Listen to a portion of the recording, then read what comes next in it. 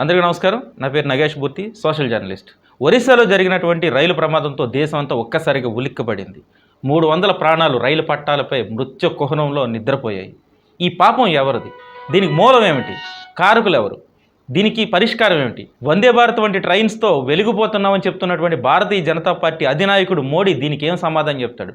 లేదు, ఒక ఉద్యోగం చేసినటువంటి తప్పు వల్లే 300 మంది చనిపోయారని తప్పించుకు తిరుగుతారా? దీన్ని తప్పించుకోవడం అంటే గతంలో లాల్ బహదూర్ శాస్త్రి వంటి గొప్ప గొప్ప నాయకులు చిన్న చిన్న ప్రమాదాలకే రాజీనామా చేశారు. కానీ రైల్వే శాఖ మంత్రి పేరు మొన్నటి వరకు ఎవరికో కానీ తెలియదు. ఈ ప్రమాదం జరిగిన వెంటనే ఆయన 2 రోజుల పాటు అక్కడే ఉన్నారు. మంచిదే, దాన్ని కూడా స్వాగతిద్దాం. కానీ ఈ ప్రమాదానికి కారకులు ఎవరు? భారతీయ రైల్వే వ్యవస్థలో సేఫ్టీ జోన్లోనే 3 లక్షల మంది ఉద్యోగస్తులు ఖాళీలు ఉన్నాయంటే ఎవరికి తెలుసు? ఈ ప్రమాదంతో అందరికీ తెలిసింది. కేంద్ర ప్రభుత్వం ఎన్నో గొప్పలు చెప్తుంది, దేశానికి ఎన్నో చేస్తున్నాం, దేశం కోసం ధర్మం కోసం అని. ఉద్యోగాలు భర్తీ చేస్తే చాలు, అదే దేశం కోసం ధర్మం కోసం.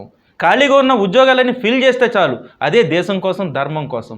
రైల్వే ట్రాకుల దగ్గర సరైనటువంటి సేఫ్టీ పెడితే చాలు, అదే దేశం కోసం ధర్మం కోసం.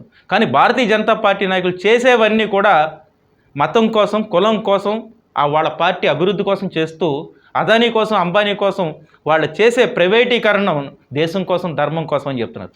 ఇకనైనా సరే నాయకులు సిగ్గు తెచ్చుకొని ఈ ప్రమాదానికి బాధ్యత వహించాల్సినటువంటి నాయకులందరూ ముందుకొచ్చి రాజీనామా చేయడంతో పాటు రానున్న రోజుల్లో బాగా టెక్నాలజీని వాడుతున్నామని చెప్పినటువంటి డబుల్ ఇంజన్ స్పీడ్ అనేటువంటి భారతీయ జనతా పార్టీ దీనికి బాధ్యత వహించి దీనికి సంబంధించిన వాళ్ళందరినీ కూడా వెంటనే సస్పెండ్ చేయడంతో పాటు మంత్రి కూడా రాజీనామా చేసి రానున్న రోజుల్లో ఇలాంటి ప్రమాదాలు జరగకుండా తగిన చర్యలు వెంటనే చేపట్టాల్సినటువంటి అవసరం ఎంతైనా ఉంది. Thank you. Please subscribe our channel.